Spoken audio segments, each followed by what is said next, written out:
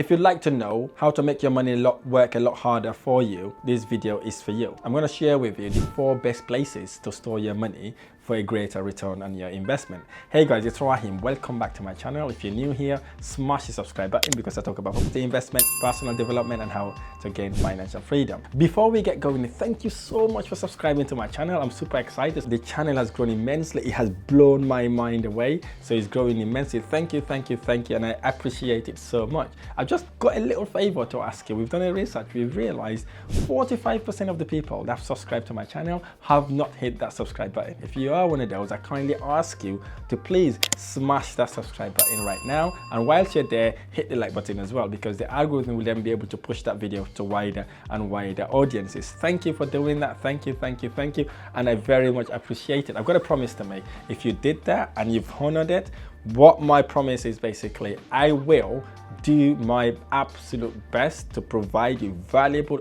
actionable content, and I've lined up entrepreneurs, business people, influencers to interview them so we can learn and be inspired by those people to get us a little closer to financial freedom. So thank you for being here. If you want to know where to store your money to get you massive return on investment, stay until the end. I will share those 5 places where you could put your money in. No matter how much money you have, by the way, you'll be able to use that money efficiently to get you better return on your investment. Here's the thing, in order for you to be able to make your money work a lot harder for you, you need to understand where to put it, where it can grow. It's like having a seed. If you wanna grow a plant or something like that, you have to have a seed. You have to have a solid seed. That seed that you put inside the earth, and then hopefully then it germinates and it becomes an oak tree, for example. In order for you to have an oak tree, you need to have an acorn. So what you then do, you get that acorn, you bury that acorn in the earth, and then you slowly water it, get it to look after it for now, and then it germinates. Once it's germinated, and then it becomes a massive, gigantic oak tree that will look after itself. Not just look after itself, but also provide you a massive shadow around it. So these 4 cornerstones are the ones that would allow you to get that gigantic oak tree that would provide you security and would rescue you when it rains. So let's get to it. The first place where you want to store your money is index funds. So what are index funds? Index funds are investment funds that follow a benchmark of index, such as S&P 500, FTSE 100, or the Nasdaq 100. When you put your money in an index fund, that cash is then used to invest in all companies that make up that particular index, which gives you a more diverse portfolio than if you were buying individual stock. So in essence, you would put your money in an index funds like the S&P 100 or the FTSE 100 or the DAX, the German DAX. So what you do basically, once you put your money in there, so your investment will track the companies that are within that index funds. For example, let's look at UK, for example. The FTSE 100 has the 100 best performing companies in the UK. So if you invest in that sort of investment, it diversifies your risk automatically. So what your investment does, it tracks the performance, and over time it gives you serious return on investment. Looking at history, the FTSE 100 has an average of 5 to 8% return on investment in the past 15 years. So if you put your money in there, you're likely to have 5 to 8% in average a year for putting your money in the index fund. So instead of leaving your money in your savings account, perhaps you want to put it in an index fund so that the money would work for you a lot harder. But here's the thing, if you're investing in an index fund, you're looking at long term here. It's not something that you can put in and take back out tomorrow.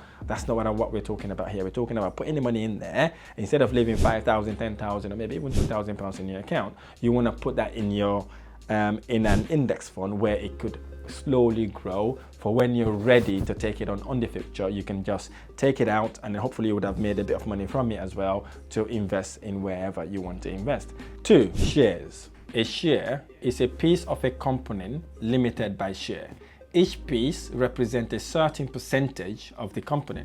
Anyone who owns shares in a limited company is called a shareholder or a member. So basically, if you don't have enough money to start your own business, for example, or you haven't got enough money to start investing in the share market index fund, for example, so what you could do actually, you could look for a company that you can buy the little piece of their share. So you can buy 1 share, 2 share, 3 share, how much ever money you have, to buy a share on a company. So once you buy that share, you become part owner of that company.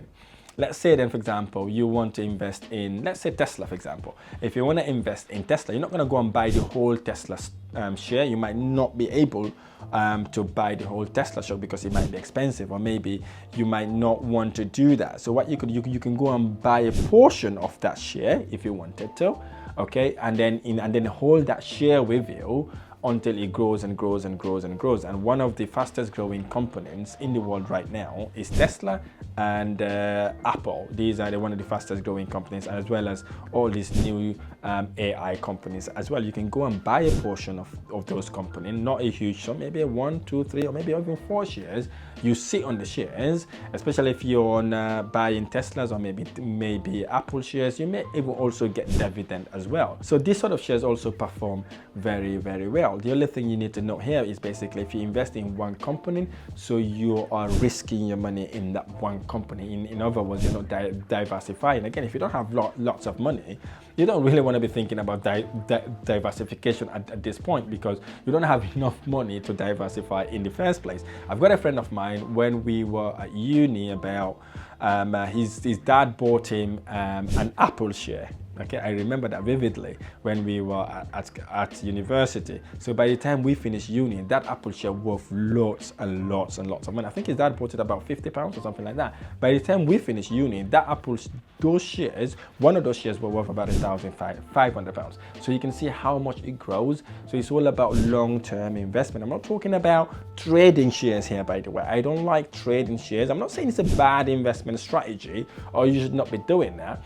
I like long term. You see, in order for me to make my money work a lot harder for me, I like to be in the game for a very long time, because when I'm in the game for a very long time, one, I'm not emotionally attached to it. Secondly, I know it would go up and down, so I will stay the course. Because when you start trading, you get a little bit emotional as well. When it's everybody selling, guess what? You start selling, and when you start losing, then you also sell. So your emotions tend to control your investment strategy. Whereas if you buy a stock or a share, you just forget about it. Obviously, do your due diligence first. Look at the company financial performance, look at their balance sheet, look at their future prospect, look at who managing these companies, who are the directors, and stuff like that. Make a calculated risk analysis before you put your money in. So if you've done all your due diligence and you know it is okay to invest in, then invest in that company, and don't go looking again. Just invest.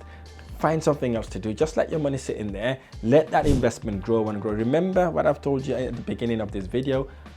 Planting an acorn takes time to germinate, isn't it? You just have to look after it and then get it to germinate. So it's the same thing when you invest in stock and shares. Invest in it, obviously keep an eye on the company and see what the company is doing. If they're doing well, then obviously continue investing. And even if they're not doing well and you know they have a great future prospect, maybe you want to invest when it goes down. So when it goes down, you then double down on your investment, knowing that you've got the vision and the mission, knowing that business is automatically going to grow. It could be a bigger beneficial thing for you. I've got a friend of mine, I'm not sure if you remember when Tesco was in a bit of tatters, not recent, it's about maybe 3 or 4 years, just before COVID. They were all over the news, people talking negative things about them. Their share price went boom, right? It dropped significantly. A friend of mine went and bought those shares at that time, and today he's laughing because the Tesco shares has almost doubled since he bought them at that time. So again, this is where emotions is very important. You are able to control it, because if you go with emotion most of the times when it comes to stock, you could lose a lot. So buy those stocks, stay the course, and watch your investment grow. Number 3, gold. Now this is important. Gold is the mother of inflation. So there's different ways you could involve in gold. So again, what I'm advising you here is literally based on my experience. If you ever want to invest in any of these places I'm talking about right now, I recommend you get a professional to advise you the best way to invest in these opportunities. So let's look at gold. You see, in order for you to be able to hedge against inflation, gold might be the go-to investment strategy. So why invest in gold? We all know historically gold is more valuable for a long-term investment. Even the banks, the countries, they trade in gold. They borrow money on a basis of how much gold they have as reserve. So most countries borrow money that way.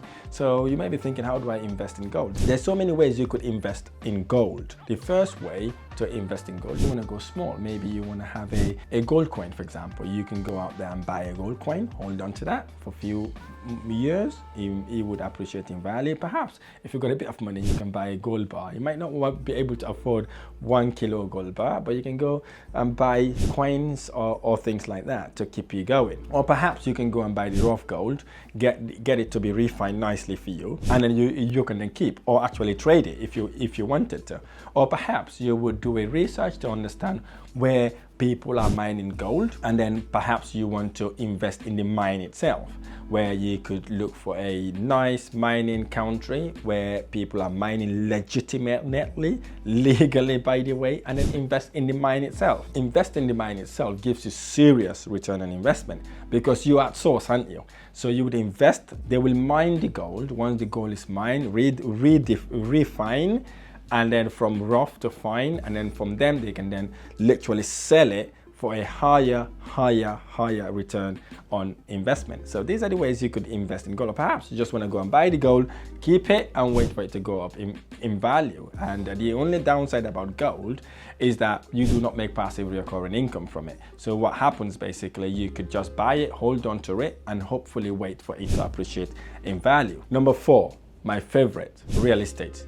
In the UK, we call it property investment. I love properties. Property is what gets me to become financially free. Property is one of the things that every investor I know, every entrepreneur, businessman, inventor, you name it, they all invest in properties. The reason why people invest in properties is because it gives you money. It gives you serious and safe return on your investment. So you may be thinking, how and why? The reason why people invest in properties is because it's solid, it's there. Right? Nobody will take it away from you. Nobody can literally turn around and say, I want that property from you now. Fluctuation doesn't happen like consistently. It's not that volatile. So it does go up and down, but it doesn't go up and down like your stock market or like your cryptos and things like that. It goes up and down, but in average, it goes up significantly. So looking at the past 20 years, properties have gone up over thousands of percent. Okay, property that was worth £7,000 maybe 70 years ago, that same property worth about £300,000 to £400,000. So you do the math. How many thousands of percent that property would have gone up by? Not that. In the past 10-15 years, property price has gone up by 8 to 15%. Imagine buying a property now for £100,000. In a years from now, that property worth £110,000 if it goes up by 10%. And 2 years from there, it would have worth £121,000. So you would have made £21,000, almost the deposit you would have put down to buy that property, only in capital appreciation. That's one of the reasons why investors like ourselves loves property. The second and most important reason is cash flow. You see, when it comes to property, you also would be able to rent the property out and make serious return on that as well. And the beauty about property, you can go and borrow money to buy the property because there's massive leverage in it as well. Suppose you want to buy £100,000 property now, you don't need £100,000 to go and buy that property. You just need 25% of the £100,000. So what happens then? The bank will lend you 75% of the remaining balance. You put £25,000, the bank lends you £75,000.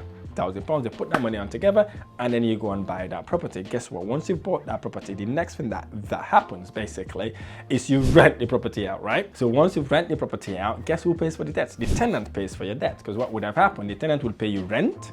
Okay, from that rent, you take out your mortgage interest payment, and then you pay the bank, and then you make a handsome return on your investment or profit from that investment. So it's so beautiful. Getting property is so beautiful. And I have not seen any successful person in the entire planet Earth who hasn't got properties. Okay, so this is the reason why I love it. You make money that way. Suppose you'd be thinking, whoa, Rahim, I haven't got money to go and buy these properties for £100,000. I hear you. I feel your pain, because when I started, I did not have £25,000. But there's another way you could also do properties. The other way you could do it is when you can rent a property out. You can rent a property from a landlord, and you subsequently rent that property on room by room basis, and you make about about £400 to £500 in a property you don't even own. Suppose you don't like to manage tenants, you can still rent that property from a landlord. Instead of renting it room by room, you're going to subsequently rent it per night. What do I mean by that? You can service accommodation the property, where you can rent the property as if it is a mini type boutique hotel, where without on-site staff, you use it as an Airbnb. That's what lots of people can call it.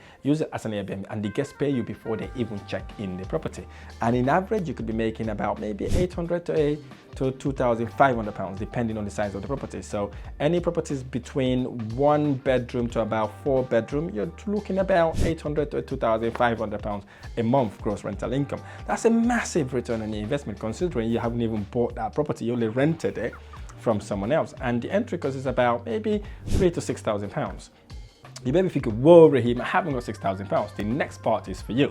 So you could actually, if you haven't got money, suppose you haven't got any money to start your investment journey, you can do something that we call deal sourcing. Deal sourcing is the process by which you, the investor, would go and look for a property, negotiate on that property, and then agree a price, and then you sell the information to someone else, like ourselves. I'm an investor. That information for certain amount of sourcing fee or agent fee, some people call it. Suppose then you secure that property, let's say 15–20% below market value. Investors like us happily pay about £2,000 to £3,000 for a property like that. Imagine just doing one of those a month, right? One of those properties a month is £3,000. That is more than the average salary. That's more than the average UK salary. Imagine doing that every single month, one property. And once you know what you're doing, you got 2 of these properties, you're talking about £6,000 a month. And you'll be wondering, why would you work for anybody else? So if you're clever, you're smart, you will never ever have to work for anybody else. You see, that's the reason why I love properties. I hope this is making sense to you. So property is one of the things that I love. And if you're thinking about money, money is not the issue here. What the main issue is knowing how to execute things like this. If you do want to know how to execute things like this, there is a link in the section below.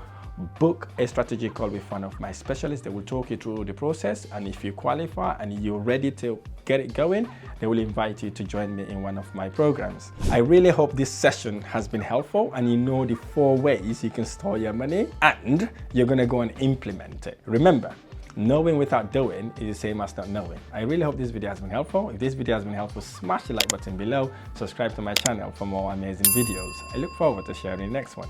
God bless you. Thank you.